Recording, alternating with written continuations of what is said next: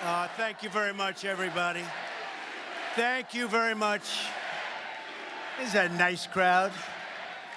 We're going to be talking a little bit about a wonderful thing called religion tonight. Is that okay? A little bit more than normal, and that's good. That's really good. And I just want to say hello to everybody and to Turning Point for the fantastic job that Turning Point does. Thank you very much, Turning Point. This is a great group. This is from corner to corner. This room is packed, and there are a lot of people outside, but we have to forget about them, right? We just have to be. It's the way life goes. But I'm thrilled to be back with so many proud, hardworking American patriots who believe in faith and family, God and country. Thank you very much. And we want to thank each and every one of the believers in this room for your prayers and your incredible support. I really did appreciate it. Something was working, that we know. Something was working, so I thank you very much. And I stand before you tonight thanks to the power of prayer and the grace of Almighty God.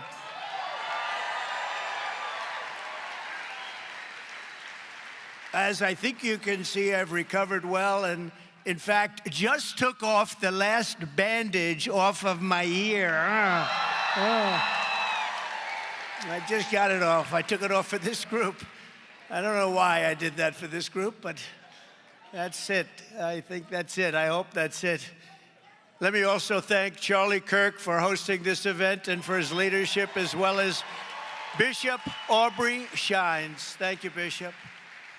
A great friend of mine, a tremendous woman of faith, Pastor Paula White is here, and she's been so incredible wherever you may be, Paula. Where is Paula?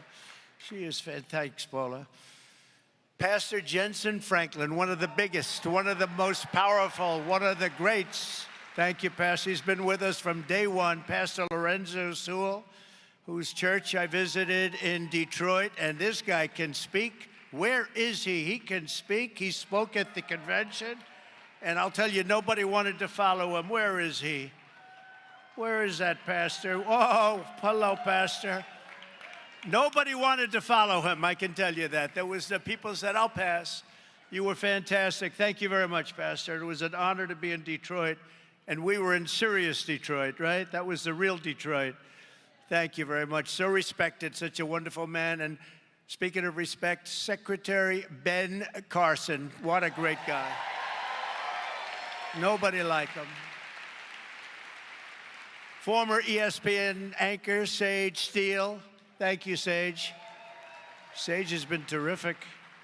She's been terrific, amazing person.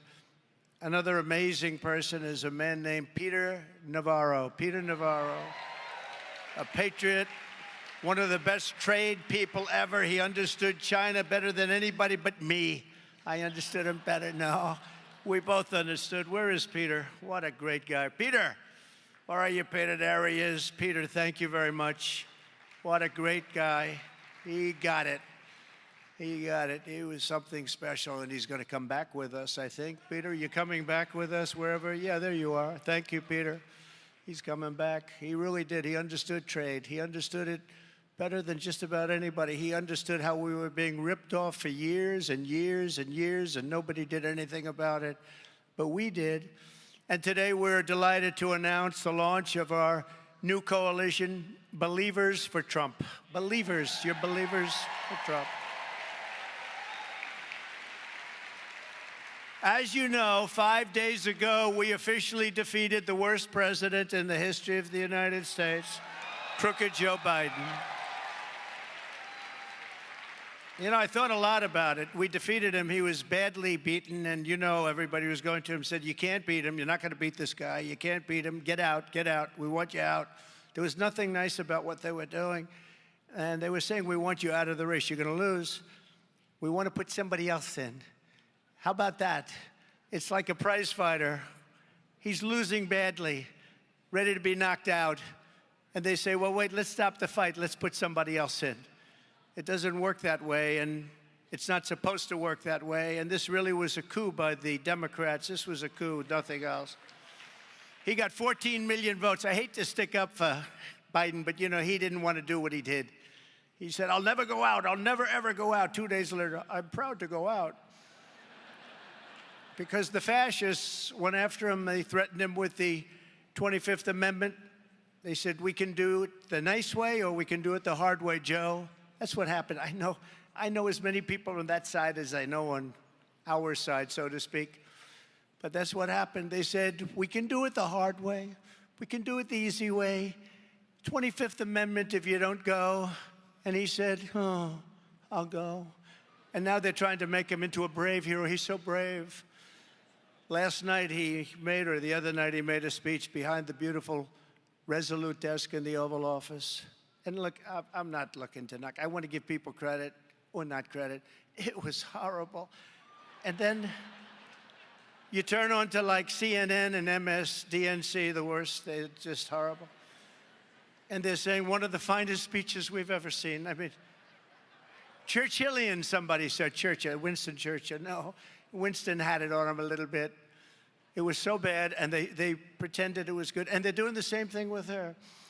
She was a bum 3 weeks ago. She was a bum. A failed vice president in a failed administration with millions of people crossing, and she was the border czar. Now they're trying to say she never was the border czar. She had nothing to do with the border. She was the border czar.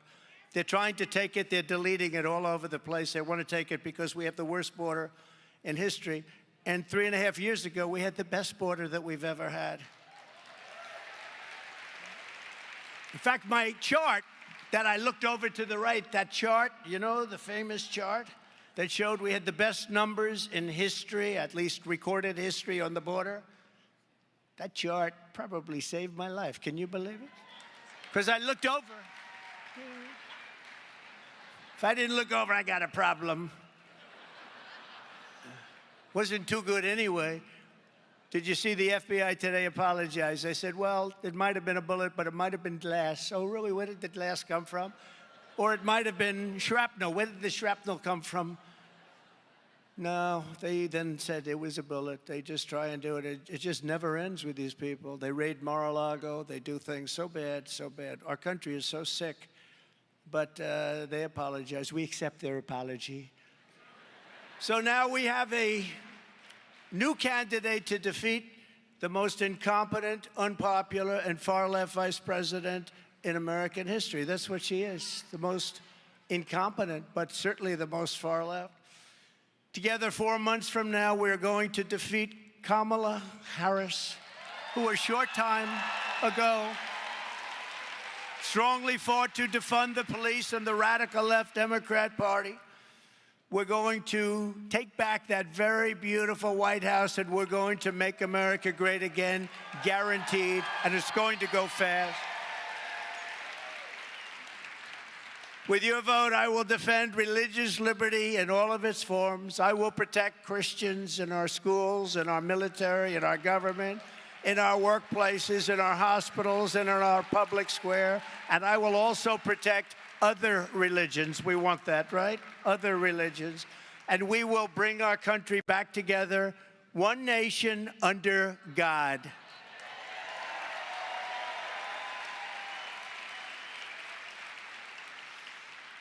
But if radical, liberal Kamala Harris gets in, and by the way, there are numerous ways of saying her name. They were explaining to me, you can say Kamala, you can say Kamala. I said, don't worry about it. It doesn't matter what I say. I couldn't care less if I mispronounce it or not. I couldn't care less.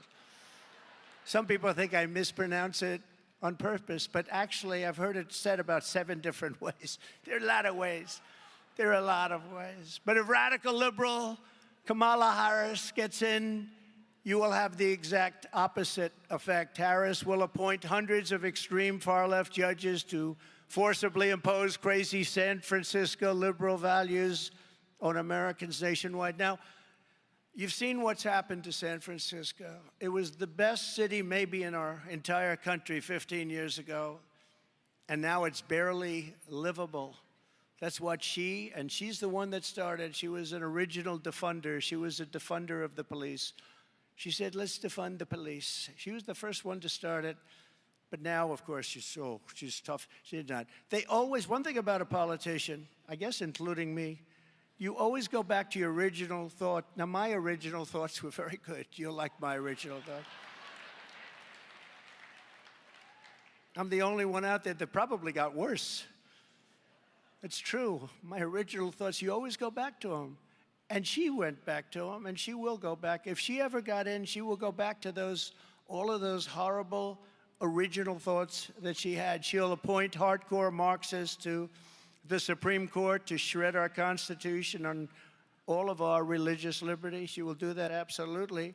She will try as hard as she can to add as many justices as possible to the U.S. Supreme Court. We don't want that to happen, do we? We like our 9 justices the way they are. We don't want to have 17. I've heard numbers 21. 21 sounds like a great number. What about 23? They want to have an odd number. That's the only thing we agree on. In other words, she wants to pack the court, which is their #1 agenda.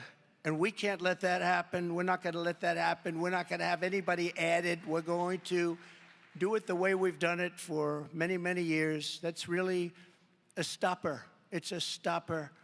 The Supreme Court. And by the way, you can take a look.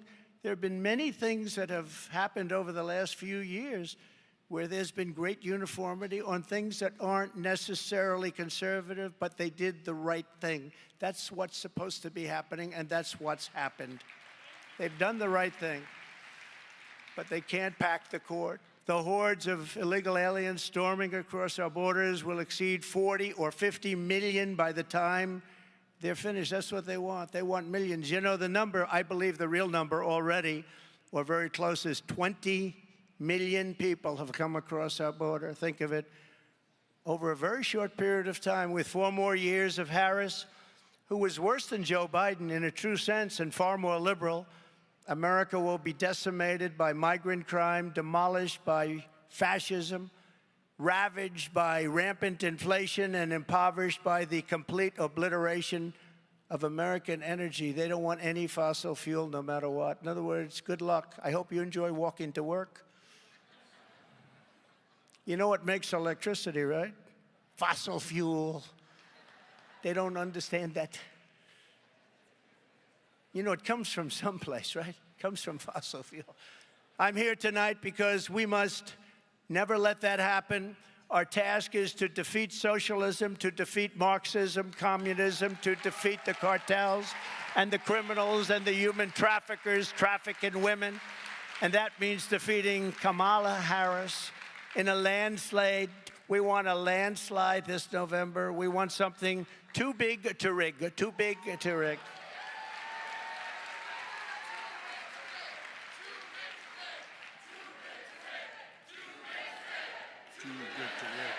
Too big to rig. Too big to rig.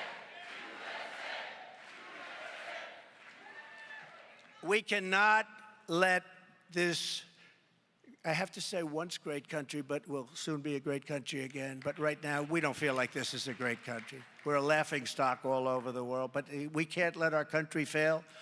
As everyone here understands, the radical left ideology Kamala supports is really militantly hostile toward Americans of faith. And you saw that during the pandemic where people couldn't get together. Even when they wanted to get together with big spaces outside, they were ravaged. As a senator, she viciously attacked highly qualified judicial nominees simply because they were members of the Knights of Columbus, suggesting that their Catholic faith disqualified them from serving on the federal bench. And I'll tell you something. I don't know, we have a lot of Catholics in here, probably not too many. How many Catholics do we have? Whoa, it's a lot. I don't know how a Catholic can vote for the Democrats because they're after the Catholics. Almost as much as they're after me. I would say I top you, I'm proud to admit. But they're really after the Catholics. And, you know, I met today with Bibi Netanyahu, and I will tell you, I asked him a question, and he said he's getting asked that question a lot. I said, how can a Jewish person or a person that loves Israel vote, think of this, vote for these parties? I mean, how can they vote Democrat? How can they vote for these horrible people that want to destroy? But I asked them, how did they vote for Democrats? Everything is negative. Everything, they want to stay in the way. They don't want to have victory. They want to stop you from having victory. They want to put you in jail. They want to persecute you. How does a Jewish person vote for a Democrat? And traditionally, they have. No, traditionally, they have. And we came to the conclusion it's mostly habit. Because they have for 50 years. I mean, they have. That's what they've done. But how does a Jewish person vote for a Democrat? How does a Catholic person vote for a Democrat? With what they're doing to Catholics, I just don't get it. Somebody doesn't like Catholics in that administration, and I don't even know who it is. I don't think it's Biden, because I don't think he has any idea what the hell he's doing. I don't think he has any ideas on any subject.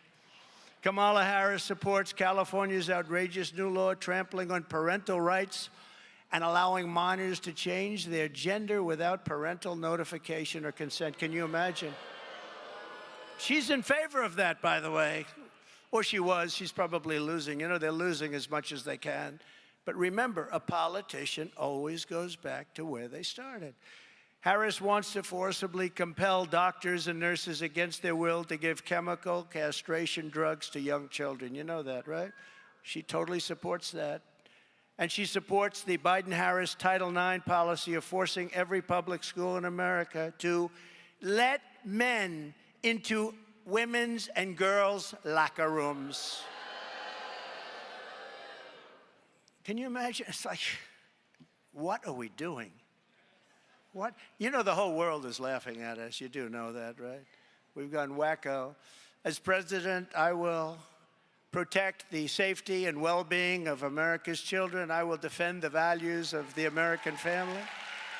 And above all, I will restore common sense to Washington, D.C., because Republicans, and I said this for the last year, and I think it's so true, we're conservative and all of that stuff.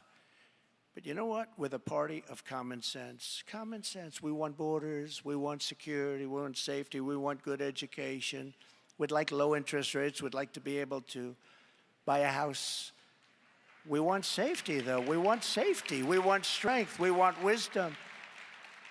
We don't want to have an electric car where everybody has an electric car that doesn't go far, is made in China, costs too much. And by the way, and I want to thank Elon Musk for endorsing me, by the way, I have to tell you.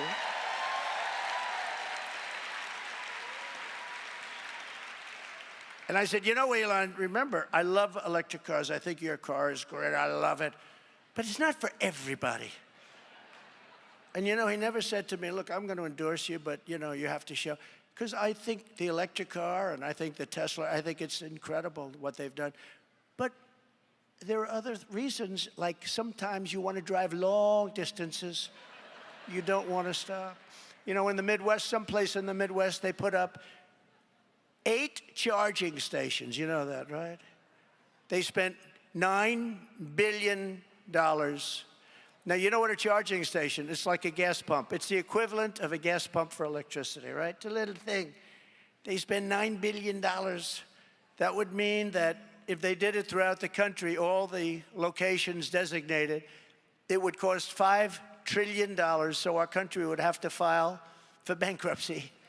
They would have to file bankruptcy protection to build charge. The whole thing is crazy. They want everything to be all electric. But Elon's great. He endorsed me. He said, look, you know, you got to say what you say. And I love the car. I think it's great. And some people love them, and some people want them. But I think if you're going to go long distances, it's a little bit, you're challenged. You're challenged. In my first term, I defended, and like nobody, Christians against hate and bigotry. Nobody did what I did, and Marxist aggression. No president has ever done what I've done for Christians before. I restored religious liberty for doctors, nurses, teachers, and faith groups like the beautiful Little Sisters of the Poor. We defended them very strongly. I stopped the IRS from using the Johnson Amendment. That's that's after Lyndon Johnson, who had a problem with a certain pastor in Houston. Didn't like him, so he passed an amendment. It was a disaster. To interfere with pastors' freedom of speech. He wouldn't let pastors even discuss anything having to do with politics. And if they did do that, they'd take away their tax-exempt status. So pastors were afraid because they need the tax-exempt status in order to do what they have to do. And we want to listen to our pastors. We don't want them to be silenced because these pastors are incredible people. That's right. I listen to you. Sometimes I don't listen well enough, though, I will say. You know, Franklin Graham, you probably heard me say this. I said it a couple of times. But he's a great guy and always been a supporter of mine. He was never a supporter of people politically. Probably he can't be. But he was always a supporter, and openly. But he wrote me a letter a few weeks ago. He said, President Trump, I love listening to your stories. You're a great storyteller. That was very nice. He said, but please, if it's possible, it'll be even better. Don't use foul language. He told me, please, do away with foul language. If you don't use foul language, it will be even better. And I thought about it, and I tried it for a couple of nights, actually. Actually, it didn't work out so well. It was, you know, when I get to the punchline, I'm ready to use that one word, just one, Franklin, one word. And then I use a politically correct word, and the whole thing just falls flat. But I try. I'm trying, Franklin, I'm telling you. No, he's a good man. He's a good man. I issued guidance making clear that the right to freedom of worship does not end at the door of a public school. We know that. I was the first and only president to convene a meeting at the United Nations to end religious persecution worldwide. That's the first president to do it. They didn't want to get into it. All of these very religious presidents that you've had, you know, religious in quotes, they said, no, we'll pass on that. But I went and I did it, and I was proud to do it. For 4 years, I stood proudly with our friend and ally, the State of Israel.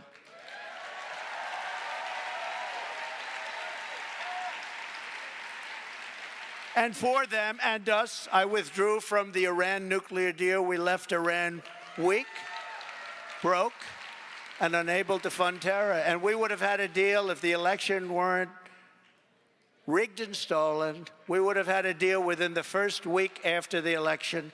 Instead, Iran is now a very wealthy country. They were a poor country. I said, nobody can buy from them. If you buy from them, you can't do business with the U.S. And China didn't buy, and nobody bought, and they didn't have the money to give to Hamas and Hezbollah. They had no money. They were broke. A Democrat congressman was on a show called Deface the Nation. Do you know? Ladies and gentlemen, it's Deface the Nation. You know, they spend millions of dollars with people to try and build up their name, and then Trump comes up, makes a speech. Look at all the television. Trump comes up, makes a speech, and you go deface the nation. So much for that PR campaign. But it's true. It is a defacing of the nation in many cases. The others are no different. ABC, NBC, CBS, they're all bad. But, you know, we have to bring back an honest press. If we don't bring back honesty in our press, this whole thing is not going to work. But I kept my promise, recognized Israel's eternal capital, and opened the American embassy in Jerusalem. It was a big deal. And got it built for $2 billion under budget. Took an old building and reconverted it for peanuts using Jerusalem stone. A friend of mine said, oh, I love Jerusalem stone. He's in New York. Big, rich guy. Every time I walk into his office, do you know what this is? I know it's Jerusalem stone. You tell me every time, oh, comes from Jerusalem. So now I'm building. I not only wanted to get it going, but I want to build it because I know I can get it built fast. And they had a building already. They were going to spend hundreds of millions of dollars to buy a site in Jerusalem. I said, wait a minute, don't we have something? We checked. Yeah, we always do, because we were there a long time ago. We were there sort of first, always by the post office like I did in Washington. If you get a post office, it's always the first building that they put in years ago. It's always the best location. So I said, do we have anything? Yeah. I said, hey, listen to the people. We're going to spend $2 billion on building an embassy. I said, how much do you think we can do it for? We think we can do it for $350,000. So this, really, we're going to take an old building and reconvert it. I said, 300, it's the only time I ever said this. I said, you know, honestly, it's too low. It sounds too cheap. I've never done that before. Usually I say, okay, let's make it 300, right? Let's make it 250. But I said, I think it's too cheap. It sounds terrible. Do it for under 500,000. Yes, sir. I said, any chance we can use Jerusalem stone? A friend of mine says it's very expensive. He goes, absolutely, sir. It's all over the place. We're in Jerusalem. So we built the whole thing out of Jerusalem stone. Can you believe it? And got it done for nothing. And it's beautiful. It's a beautiful embassy. And that was the capital of Israel. Every president for decades and decades promised that they were going to do that. Capital of Israel, Jerusalem. But I even got the building built. And we got it built. We had a beautiful opening. I went. It was a beautiful opening. And I had a young lady named Ivanka there. We had our great first lady there. We had a lot of my children, a lot of my friends. It was a beautiful opening. Remember, it was always going to be a disaster if you do that. And every president was going to do it. They got to the office. They go into the White House. All of a sudden, they get hit by every side. They never did it. They never could get it off. I understand it. There was tremendous pressure not to do it. But I got it done. I got the building built, and it was a great thing. We opened it, and there were no problems, you know? People said there were going to be big problems. There would be bloodshed all over the Middle East. It never happened. It never happened.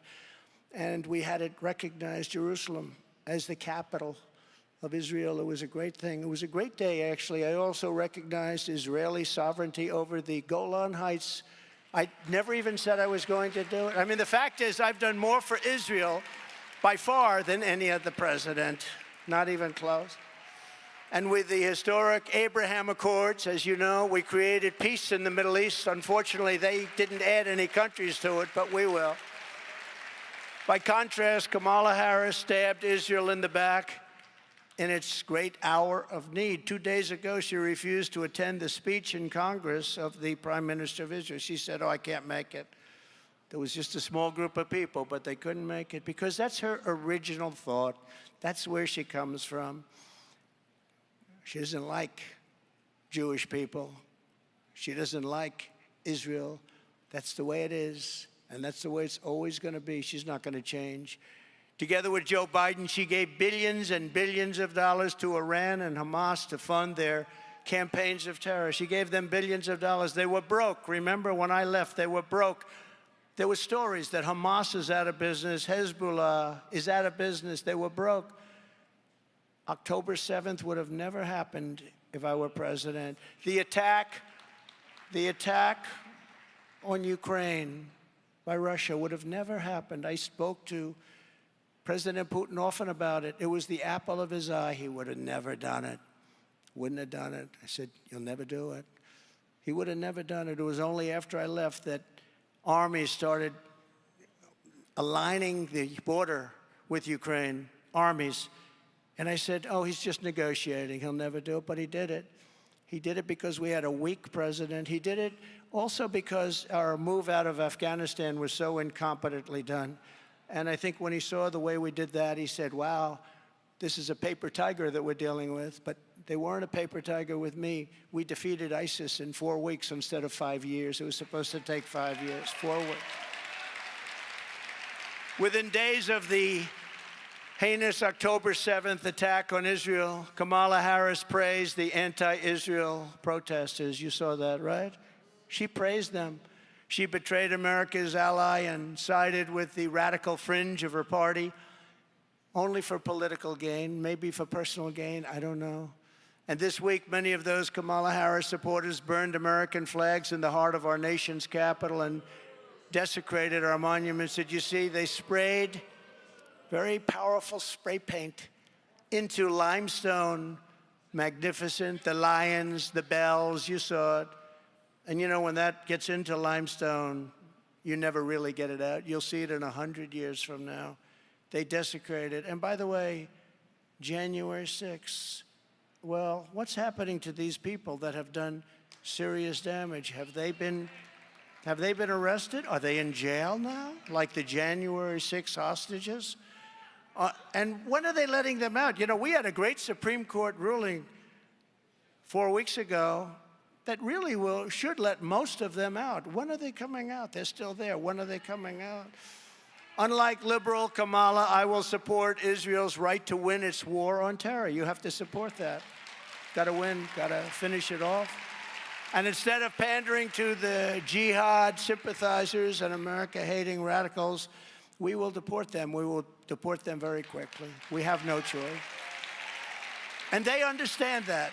They understand that. I have many friends in the Middle East, many great friends in the Middle East. They understand it. In my next term, I will once again appoint rock-solid conservative judges who will protect religious liberty and not let Marxist lunatics rewrite our Constitution. In my first 4 years, we will totally transform the federal bench, appointing remember this, I appointed nearly 300 judges to defend the law and the Constitution as written. I defended this law, this Constitution. Then they say, oh, he is not for democracy. I took a bullet for democracy. He didn't. And I might have taken it because of their rhetoric. I might have taken it because of their rhetoric. Who knows? I withstood vicious attacks to pick and confirm 3 great Supreme Court justices, Neil Gorsuch, Brett Kavanaugh, and Amy Coney Barrett. They're great people. They're courageous people. We've also achieved what the pro-life movement fought to get. For 50 years, they've wanted to get this. For 50 years, they've been working so hard, getting abortion out of the federal government. They wanted it out. That means everybody, Democrats, liberals, Republicans, conservatives, they wanted it out, and they wanted to bring it back to the states for 51 years, to be exact. And that's the way everybody, all legal scholars, virtually everybody, they wanted it out of the federal government, brought back to the states. And now it's up to the will of the people in each state. It's up to the voters. They're doing it. And some states will be more conservative in what they vote for, and other states will be more liberal. I mean, Ohio, we love Ohio, but they voted quite a liberal law. Kansas, same thing, very liberal. Then you'll have a Texas and you'll have other places, but it's now being voted on all over. The people will decide, and that's the way they always wanted it. If Kamala Harris has her way, they will have a federal law for abortion, to rip the baby out of the womb in the 8th, 9th month, and even after birth, execute the baby after birth. The baby is born. Remember the former governor of Virginia, he said, the baby is born. We sit with the mother and we discuss what you want to do with the baby. In other words, if you want, we'll execute the baby after birth. And they have laws, and they want to pass laws to that effect. These people are radicalized, and they're sick. They're sick people. So they're really, if you look at it, they're really the radical ones. And like Ronald Reagan, I strongly believe in exceptions for life of the mother, rape, and incest. I think it's very important. Don't forget, you have to go with your heart. But you also have to win elections. Very important. You have to win. So go with your heart. Do what you want, but you do have to win elections. We have elections that are very important to win. And if you don't do certain things, you're not going to win elections, and it'll be a very Pyrrhic victory. It'll be a victory that's not really a victory at all. But Ronald Reagan felt that. I felt that. Many people feel that. And we really did something that nobody thought was possible. I want to thank the 6 Supreme Court justices, Clarence Thomas, Samuel Alito, John Roberts, Brett Kavanaugh, Neil Gorsuch, and Amy Coney Barrett for the wisdom and the courage they showed on this long-term and very, very contentious issue. And getting it back to the states puts the question where it belongs with the vote of the people, and it's happening all over the country. You're having the vote of the people. And over time, it will all work out. It's working out at a rapid rate already. You know that. It's going to many states are voting on it now, and many have already voted. And sometimes, again, sometimes the vote will be as you like it. Sometimes it won't be quite as you like it. But our country can finally come together. This issue has been killing our country for 51 years. As soon as I take the oath of office, I will stop the Biden-Harris administration's weaponization of law enforcement against Americans of faith and against, frankly, their political opponent. No longer will their DOJ and FBI be allowed to target, persecute, or round up Christians or pro-life activists and throw them in jail for living out their religious beliefs. And that's what they've been doing. They've been doing that at levels that this country has never seen before. Americans of faith are not a threat to our country. Americans of faith are the soul of our country. All of you, you're the soul of our country. You built this country. You built this country. You really did. You built this country. From the moment I win the election, I will rapidly review the cases of every political prisoner who has been unjustly victimized by the Biden-Harris regime, so we can get them out of prison and back to their families where they belong. There's many of them out there.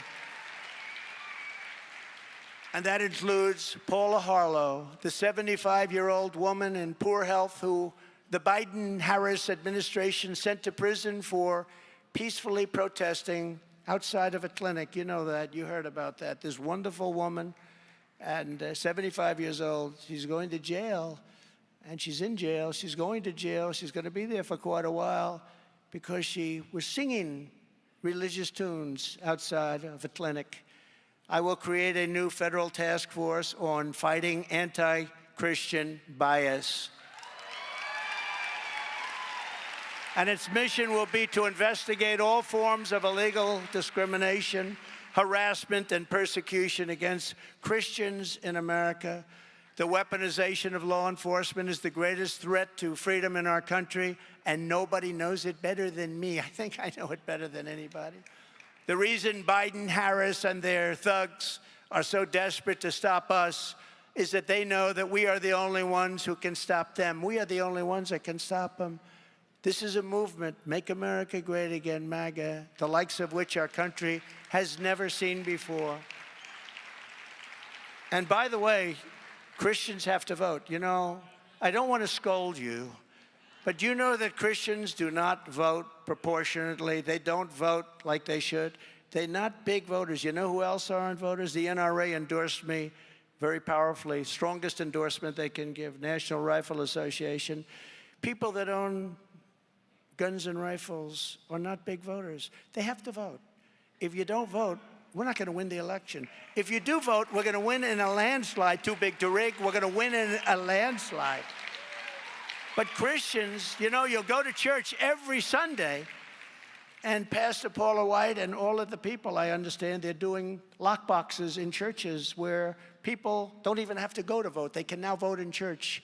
And if you do that, we're going to win by numbers that nobody's ever seen before. You know, you have tremendous power, but you just don't know that. But you have to use that power. Christians are a group that's known not to vote very much. You have to go out, at least this election.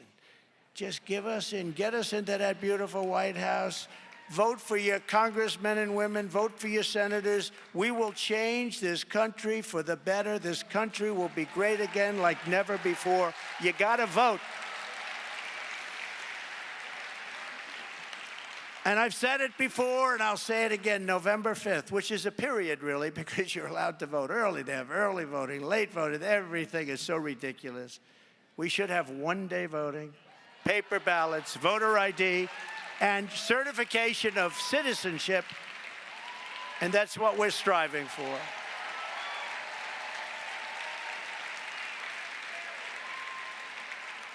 But voting actually starts on September 6th in North Carolina, a great state. We're doing very well there. I only say that when we're winning or going to win, you know that. I mean, it's just one of those little things, can't help it. No, it's a great state. North Carolina, September 6th. Then it's Pennsylvania toward the end of September, and it's various states in September, and then you have October, and you know, it used to be on November 5th you vote, but November 5th, meaning November 5th period, meaning this election will be the most important election in the history of our country. We're going to save our country with this election. So all of their persecution, is only happening because I am running for president and leading very big in all of the polls, including big leads against Kamala. We have very good leads, you know, despite the fact that she came in as a replacement, a mandatory replacement. Joe, you're doing badly, Joe. We want you out, but I don't want to go out.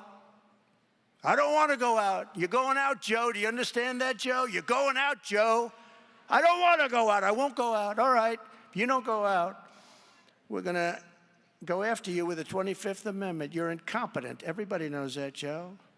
You know, I won my case in Florida on the documents, right? Joe had a much more, you know, I had the Presidential Records Act on my side. I was allowed to do, I didn't do anything wrong. He did, because he didn't have the Presidential Records Act. He lost his case, but the decision was he's incompetent. So he can't go to trial. So he's incompetent. Think of this. He's incompetent. He can't go to trial, but he's allowed to be president.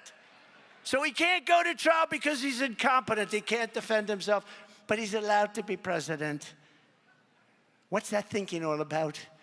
The radical left Democrats rigged the presidential election in 2020, and we're not going to allow them to rig the presidential election in 2024. We won't have a country left, right?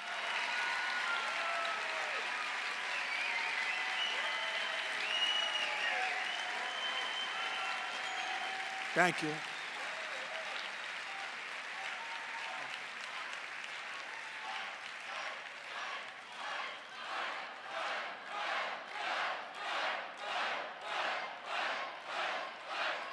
Thank you. Thank you very much. Thank you, everybody. This is fun being with you. It's like a love fest. Tomorrow I'm going to be with the Bitcoin people. That's a little different. We cover lots of territory. No, but we love being with you. Every time the radical left Democrats, Marxists, communists, and fascists indict me, I consider it a great, great badge of honor. Don't forget, I've been indicted more than Alphonse Capone. I always use him because Scarface. He's the meanest guy. See the guy right up in the front row, this big, strong guy with the hat on. Stand up. Look at the muscles all over. Yeah, stand up. Look at him. If Al Capone had dinner with him and didn't like him, all those muscles wouldn't mean a thing. He'd be right now in the foundation of a building someplace. I've been indicted more than Alphonse Capone, but I've been indicted for you. I've been indicted for nothing. I protested a crooked election. That's what they indicted me on. But I've been indicted for you. And never forget, our enemies want to take away my freedom because I will never, ever let them take away your freedom. It's as simple as that. They want to silence me because I will never let them silence you. And in the end, they're not after me. They're after you. I just happen to be standing in their way, right? And that has never been clearer than it is today. If Kamala Harris gets in, she will be the most extreme, radical, liberal president in American history. Probably, I could say, politician. As a senator, Harris, oh, think of this one. As a senator, Harris was ranked #1 most far-left Democrat in the entire Senate. And that includes Bernie Sanders. Do you believe that? She is more liberal than Bernie Sanders. I didn't think you could get more liberal. She is substantially more liberal. Remember, defund the police. I want to defund the police. Now all of a sudden she says, oh, I'm tough on crime. Nope. You always go back to where you came from. She makes Bernie Sanders actually look like a moderate. You don't want that. You can't have that. Look, we can't. We're not going to survive. I'll tell you what, if she does win this election because of any, whether it's cheating or any other way, it's impossible to believe somebody can say, let people come into our country. And I mean, these people that are coming in are rough. The only thing good about, they're so dangerous and so bad, they make our criminals look like very nice people. That's the only thing good about them. She supports free government health care for illegal aliens, abolishing ICE, decriminalizing illegal immigration. Do you believe it? Mass amnesty for illegals, banning fracking. No more oil drilling. We don't want any more oil. We want everything to be run by wind. We'll put a windmill on the top of our car. She wants to outlaw private health insurance. A lot of people have private health insurance. They want to keep it that way. It's phenomenal. She wants to defund the police, forcibly ripping guns out of the hands of law-abiding citizens. As vice president, she even cast the tie-breaking vote to cut Medicare by $237 billion, your Medicare. And remember, Social Security is going to be wiped out because she's going to put the illegals coming into our country into that system. It's going to wipe out that system. You're not going to have Social Security. You're not going to have Medicare. You're going to officially, we're close anyway, you're officially going to third world status. The Harris agenda is an agenda for national destruction. The Trump agenda is an agenda for national renewal and greatness. We're going to make America great again. On day one, I will seal the border and stop the invasion of our country. Since Kamala was appointed border czar, and that's what she is. She wants to take the name away. Oh, I don't want that name anymore. She loved it when she had it, but, you know, she never went there. She never did a thing. I was with Tom Homan and some of the great people, Brandon Judd, the other day, and they were saying, first of all, they said, Trump is the greatest president in the history of the country. I should say that. And he was the greatest on illegal immigration, and that's true, definitely. But since Kamala was appointed border czar in March of 2021, millions and millions of illegal aliens have stormed across our borders. You know that. And they're coming not just from South America. That's the least of it. They're coming from Africa. You know, we had people coming in from parts of Africa. The Congo, 22 people from the Congo a couple of months ago. Where do you live? The Congo. Oh, what's your address? We lived in prison. What did you do? We refused to say. Oh, welcome to America. It's lovely to have you. They come from Asia, the Middle East. They're coming from everywhere. They're coming from all over, not just South America. They're coming from prisons and jails, mental institutions and insane asylums. And terrorists are coming in at levels that we've never seen before. You know, when I had the safest border we've ever had. Let me tell you, my border was safe. It was safe. Nobody's seen anything like it. And you know, one of the things I was most proud of, I stopped much of human trafficking, which has become as big a business as the drug trade. And they traffic in women. They traffic more in women than anything else. And they were afraid of us. They're not afraid any longer. Human trafficking, women trafficking, but human trafficking is way up. And you know, it's a bigger business than it was 100 years ago. You think of it almost as an ancient crime. It's not. You know what made it big? The internet. The internet's made it a tremendously big business, similar to the drug trade. Meanwhile, our crime rate is going up while crime statistics all over the world are plunging. You know, they like to say, oh, our rates are down. They're not down. They're way up. And we have a new form of crime. It's called migrant crime. We've become a dumping ground for the entire world. In Venezuela, crime is down 72%. I'm going to tell Charlie Kirk, I'm going to say, Charlie, next year, I want to have your wonderful summit in Venezuela. And he'll say, why? I say, because there's no crime in Venezuela. They put all their criminals into the United States. So I want to go to Venezuela where it's safe. Can you believe it? You know that Caracas, Venezuela, was one of the most crime-ridden cities in the world. Now it's safe because they've taken those criminals, they've taken those drug dealers, they've taken their prisoners, and they've moved them into the United States, large numbers, and the rest are coming. But they're not coming with me. We're going to get them the hell out of here, all of them.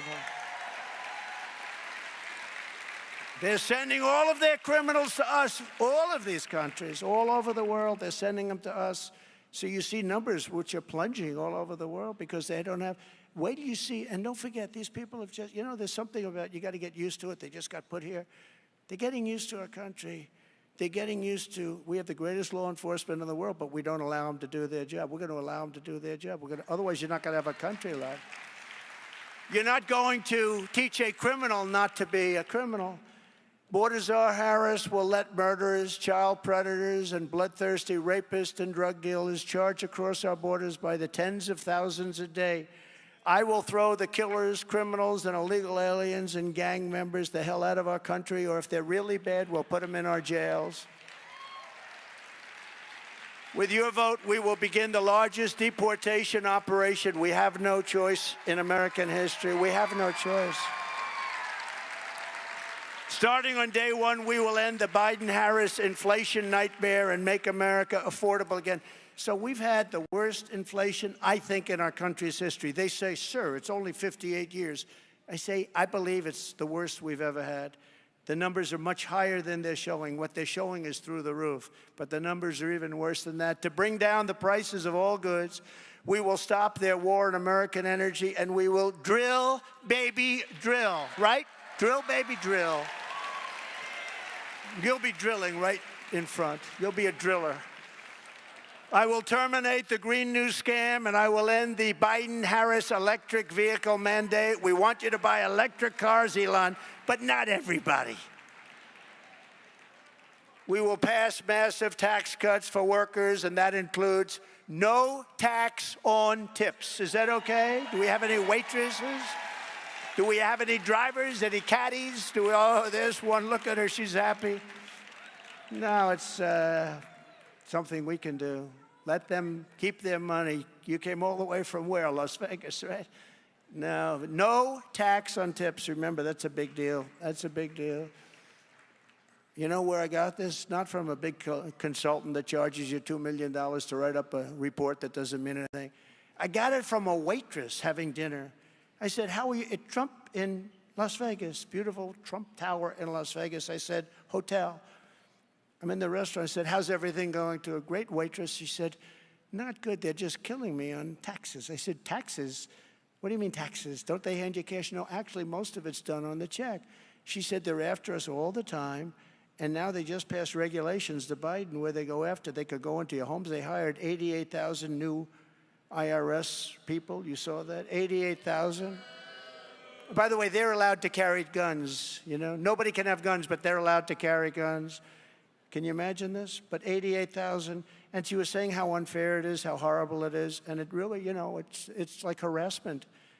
And I said, you know what? There shouldn't be tax on tips. There will be no tax on tips from now on. And we'll get that done very fast. I hope you remember that. You better get out and vote. Before I even arrive at the Oval Office, shortly after we win the presidency, I will have the horrible war between Russia and Ukraine settled. I will get it settled. And I will prevent World War III. Nobody else is going to say that. We are closer today to World War III than we've been since the Second World War. We will restore peace through strength. That's what we had. You know, remember when Hillary Clinton, crooked Hillary, remember Hillary? She used to say, look at him, he will get us into war. Look at his attitude. I said, no, my attitude is going to keep you out of war. That's what happened. We had no new wars. Other than I defeated ISIS, but that was a war that was already started. I defeated 100% of the ISIS caliphate.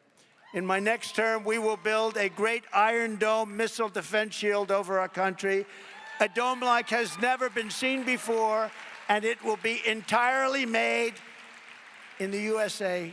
A lot of it will be in Florida. A lot of it will be right here in Florida. Oh, you like that idea? Look at her. Yeah.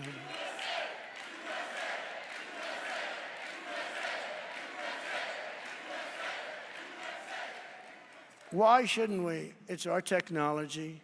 We know how to do it. You know, Israel, they had 300 rockets shot at it fairly recently. It knocked every rocket except one out of the sky. The other one was mortally hit and fell to the ground harmlessly. I say, why aren't we doing that? We're helping other people do it. Why aren't we building our own? And we're going to build it. And you know what the beauty is? We're going to make it here. It's going to be jobs and all that stuff. But somebody shoots a missile at us. We want to knock the hell out of the missile. We don't want to be landing in our cities. We're going to build it, and we're going to have it done, and it's going to be a lot of jobs, and it's going to be the most technologically advanced ever, even beyond what they have in Israel. We helped Israel with that. You know, Ronald Reagan wanted this many years ago, but then, in all fairness, then we didn't have the technology, not even close, but now we have an incredible technology. I will not cut one penny from Social Security or Medicare, and I didn't. Remember, I was the one that didn't. They are going to destroy it because they're signing up millions of people to go into Social Security and Medicare. They're going to destroy it. I will not cut one penny. I will not talk about 1 day or 1 year shorter. And I will not raise the retirement age of Social Security by 1 day, not by 1 year. We're not going to raise it at all. You can bank on it. You can bank on it. They're going to raise it. They're going to raise it way up. You'll say, you know, I'm getting ready to retire, but they just raised the Social Security age to 94. Kamala Harris will destroy Medicare and Social Security. She's destroying it. You watch. Flooding it with millions and millions of illegal aliens who she will turn into American citizens so that she can get the votes for the Democrat Party. What they don't understand is, with the Hispanic population, I think I'm doing better than they are right now. Won't that be a kick for them? We're doing great with Hispanics. We're doing incredibly with our black population. Is liking Trump much more than liking them. Wait till you see what those numbers are. Because they like security, they like jobs. You know, all these people that are coming in, they're affecting more than anybody else the black population. Second, they're affecting the Hispanic. They're taking their jobs. All of these millions of people that are flowing in are taking the jobs of black people, of Hispanic people, and of unions. The unions are not happy. They're taking union jobs. We're going to rebuild our cities into beacons of hope, safety, and beauty better than they have ever been before. We'll work with Democrat governors and mayors. Every single city that's in turmoil and danger, you look at Chicago and you look at all of the different cities all over the country, they're all Democrat-run, every one of them, the top 25 for crime. What's going on with the crime? We will take over the horribly run capital of our nation in Washington, D.C., clean it up, renovate it, make it beautiful, rebuild our capital city so that it is no longer a nightmare of murder and crime, but rather it will become the most beautiful capital anywhere in the world. Right now, you go down, oh, let's go to Washington and look at the Jefferson Memorial. They want to change the name of that, as you know. Or the Washington Memorial, they want to change that name too. How do you figure we're going to change the name of George? I figured he was the one that was safe. I also figured Abraham Lincoln was safe. Nobody's safe. Nobody's safe. You know, we won 2 world wars out of certain forts, like Fort Bragg and other forts, Fort Lee, many forts. They changed the names of those forts. They changed their names. We left. They changed the names. No longer Fort Bragg. And the people in that area, they're not happy. But we won 2 world wars out of these forts. As an example, Fort Bragg, proud. We won 2 world wars. Let's change the name. On day 1, I will sign a new executive order to cut federal funding for any school pushing critical race theory, transgender insanity, and other inappropriate racial, sexual, or political content onto the lives of our children. Thank you. It's true. Save our kids is right. Save our kids is right. And you're right. Thank you. And I will not give 1 penny to any school that has a vaccine mandate or a mask mandate. Not a penny. And I will keep men out of women's sports, if that's okay. And as I did for 4 years, I will fully uphold our very important but under siege Second Amendment. It will be fully upheld. We will protect innocent life, and we will restore free speech in our country, and I will secure our elections. Our goal will be, as I said, 1-day voting with paper ballots, proof of citizenship, and a thing called voter ID.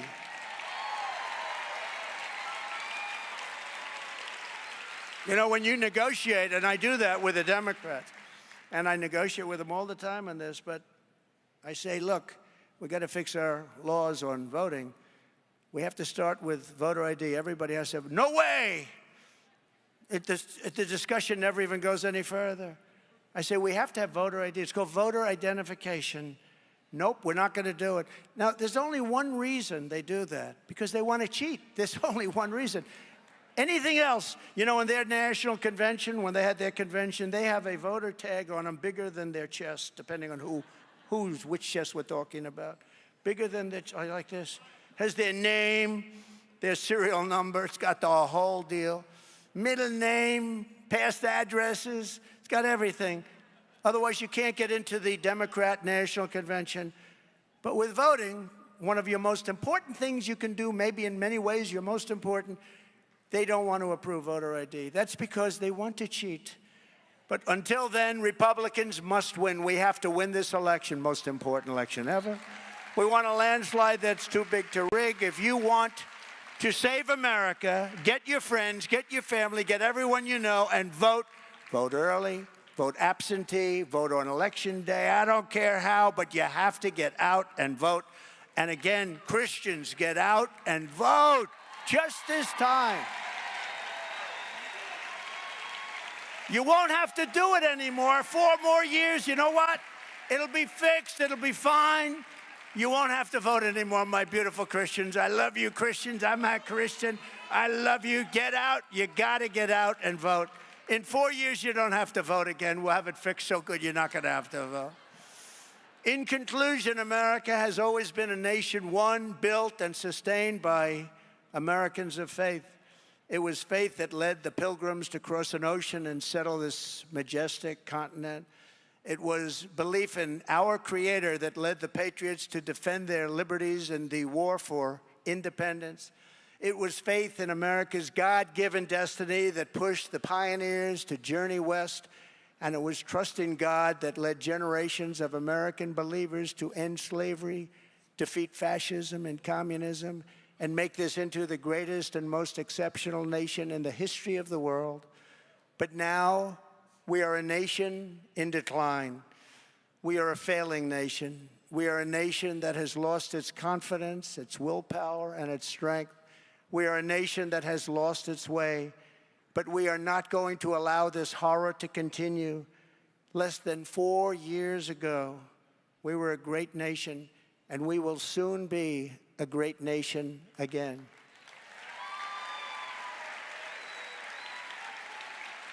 With our leadership, every disaster Joe Biden and Kamala Harris have created can be fixed, and can be fixed quickly, and it will be fixed quickly. Every problem can be solved, and every wrong can be rectified. By this time next year, America's borders will be strong, sealed, and secure. Inflation will be in full retreat. We will have it in full retreat. It will happen quickly. Our economy will be roaring back. Optimism will be surging. The American dream will be thriving again for citizens of every race, religion, color, and creed. Law and justice will reign all throughout our land. Freedom will be restored. The flame of liberty will be burning bright. Joe Biden and Kamala Harris, the worst administration in the history of our country, will be a fading memory of the past. And our great silent majority, including the once forgotten men and women of our country, will be the one shaping America's magnificent future when I am the 47th President of the United States. Right? Because we are all Americans, and together we will show November 5th to be the most important day in the history of America. It will be the most important day in our history as a country. We are one movement, one people, one family, and one glorious nation under God. And together we will make America powerful again. We will make America wealthy again. We will make America strong again. We will make America proud again. We will make America safe again. We will make America free again. And we will make America great again. God bless you. God bless you all. Thank you. Thank you very much. God